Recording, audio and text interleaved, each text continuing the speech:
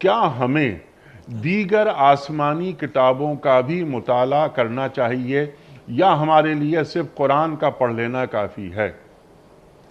دیکھیں، ہمیں یہ اگر ہم سوال تو صحابہ کرام رضی اللہ تعالیٰ اجمعین کے سامنے بھی آیا تو حضور پاک صلی اللہ علیہ وسلم نے سختی سے منع فرما دیا صلی اللہ علیہ کہ ہمارے لیے قرآن کریم کافی ہے۔ یہ قرآن کریم وہ کتاب ہے جس کے بارے میں اللہ جل شانہ نے خود فرما دیا کہ الیوم اکملت لکم دینکم واتممت علیکم نعمتی ورضیت لکم الاسلام دینا۔ تو عام آدمی کو تو وہ کتاب پڑھنے کی ضرورت نہیں ہے کہ وہ دوسری کتابیں پڑھے۔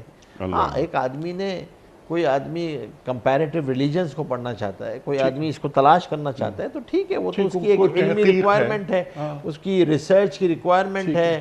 وہ دیکھنا چاہتا ہے کہ بھئی بعض احکامات مشترک ہیں، بالکل تمام وحی کی کتابوں میں، آسمانی کتابوں میں یہ احکامات مشترک ہیں۔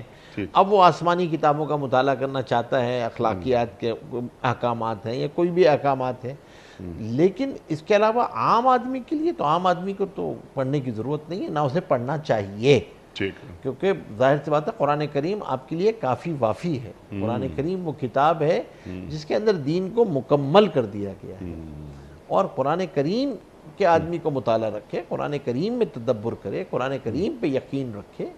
تو جب قرآن کریم میں تدبر کر رہا ہے، قرآن پر یقین ہے، قرآن کریم کی تلاوت کر رہا ہے، تو پھر اسے دوسری کسی کتاب کی ضرورت نہیں ہے۔